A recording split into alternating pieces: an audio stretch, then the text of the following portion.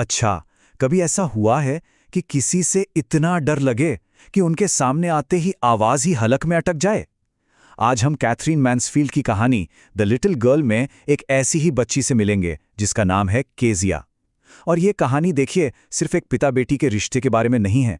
ये तो उस डर के पार छिपी हुई समझ को ढूंढ निकालने की एक कोशिश है। सोचिए जरा, हम कितनी जल्दी लोगों को देखकर उनके बारे में एक राय बना लेते हैं ना। पर क्या हमारी वो पहली धारणा, वो फर्स्ट इंप्रेशन हमेशा सही होता है? केजिया की कहानी ना हमें इसी सवाल पर लाके खड़ा कर देती है और ये दिखाती है कि भाई जो जैसा दिखता है जरूरी नहीं कि वो वैसा ही हो। तो कहानी की शुरुआत होती है एक भारी खामोशी और डर से। ये डर केजिया के दिल में बसा है, अपने ही पिता के लिए। अब समझिए, उसके लिए उसके पिता कोई प्यार करने वाले पापा नहीं हैं, बल्कि एक विशाल डरावनी हस्ती हैं जिनसे वो थर-थर कांपती है। केजिया का तो हर दिन एक ही रूटीन पर चलता था, और वो रूटीन था डर का। सुबह जब पिता काम पर चले जाते और उनकी गाड़ी की आवाज धीमी पड़ती जाती तो केजिया को लगता जैसे उसने एक गहरी राहत की सांस ली हो। लेकिन ये राहत बस कुछ पलों की थी। शाम होते ही जैसे उनकी भारी आवाज हॉल में गूंजती, मेरी चाय लाओ, अखबार कहाँ है? बस पूरे घर में एक तनाव सा छा जाता और केजिया का छोटा सा दिल डर से फिर सिकुड़ जाता। केजिया की नजरों से देखें तो उसके पिता किसी दानव से कम नहीं थे। वो उनके बड़े बड़े हाथ, वो मोटी सी गर्दन, और उफ, जब वो जमाई लेते थे तो केजिया को लगता था जैसे कोई राक्षस अपना मुंह खोल रहा हो। मतलब उनका वो विशाल शरीर ही केजिया के डर को और बढ़ा देता था। और ये डर इतना ज्यादा था कि अपने पिता के सामने आते ही केजिया की जुबान लड़खड़ाने लगती थी, वो हकलाने लगती थी। पर क्या उसके पिता उसे समझते? नहीं, बल्कि वो उसे और डांटते थे। ऐसे हकलाओगे तो डॉक्टर के पास ले जाना पड़ेगा। और इस डांट से उसका डर और बढ़ता और हकलाहट भी एक विशिष्ट साइकिल बन गया था। और अजीब बात तो ये थी कि ये हकलाहट उसे सिर्फ और सिर्फ अपने पिता के सामने ही होती थी। अब कहानी में एक ऐसा मोड़ आता है जहां एक बहुत प्यार से बनाया गया तोहफा नफरत की वजह बन जाता है। एक छोटी सी मासूम सी भूल जो केजिया और उसके पिता के बीच की दूरी को और भी ज्यादा बढ़ा देती है। देखिए, इरादा तो बहुत अच्छा था। दादी ने कहा कि पापा का बर्थडे आ रहा है तो उनके लिए एक पिन कुशन बनाओ। केजिया भी खुशी खुशी जुट गई। अब कुशन में भरने के लिए कुछ चाहिए था, तो अपनी मासूमियत में उसने माँ के कमरे में कुछ कागज देखे और उन्हें छोटे छोटे टुकड़ों में फाड़कर कुशन में भर दिया। बेचारी को क्या पता था कि वो कोई मामूली कागज नहीं, बल्कि उसके पिता का एक बहुत जरूरी भाषण था, और उसकी ये छोटी सी गलती घर में एक भयानक तूफान लाने वाली थी। और बस जैसे ही सच सामने आया, घर में कोहराम मच गया। केजिया की माँ उसे घसीटकर नीचे ले आई। पिता का चेहरा गुस्से से तमतमा रहा था, और जब केजिया ने रोते रोते अपनी गलती मान ली तो उसके पिता हाथ में एक रूलर लेकर उसके कमरे की तरफ बढ़ चले।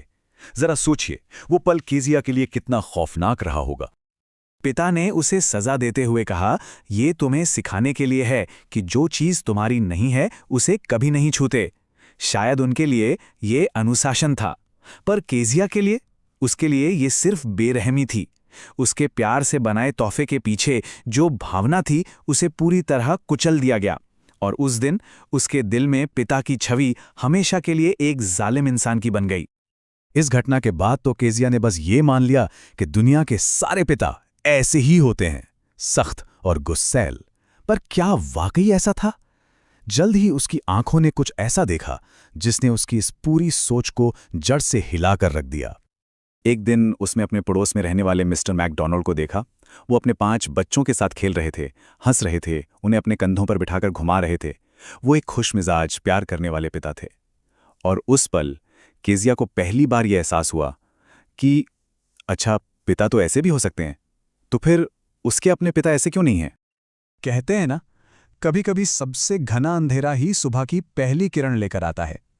कहानी भी अब एक ऐसे ही मोड़ पर पहुंचती है जहां एक डरावना सपना केजिया और उसके पिता के रिश्ते की पूरी सच्चाई को हमेशा के लिए बदलने वाला है।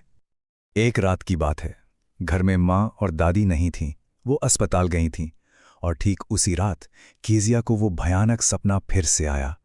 एक कसाई हाथ में चाकू और रस्सी लिए एक खौफनाक मुस्कान के साथ उसकी तरफ बढ़ रहा है।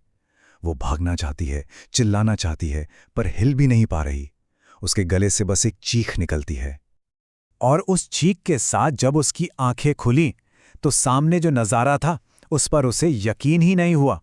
उसके पिता हाथ में एक मोमबत्ती लिए खड़े थे और उनके चेहरे पर चिंता साफ दिख रही थी। सोचिए, वही पिता जिनसे वो इतना डरती थी आज रात उसके रक्षक बनकर उसके सामने खड़े थे। और फिर जो हुआ वो तो केजिया ने कभी सपने में भी नहीं सोचा था। उसके पिता ने उसे गोद में उठाया, अपने कमरे में ले गए, उसे अपने बिस्तर पर लिटाया और खुद भी उसके पास लेट गए। उन्होंने केजिया से कहा, अपने ठंडे पैर मेरे पैरों से रगड़ लो, गर्मी मिलेगी। ये वही सख्त हाथ थे, पर आज उनका स्पर्श इतना नर्म, इतना कंफर्टिंग था। बस उस एक रात ने सब कुछ बदल दिया। पिता के पास लेटने की उस गर्माहट ने केजिया के दिल में जमी डर की मोटी बर्फ को पिघलाना शुरू कर दिया था।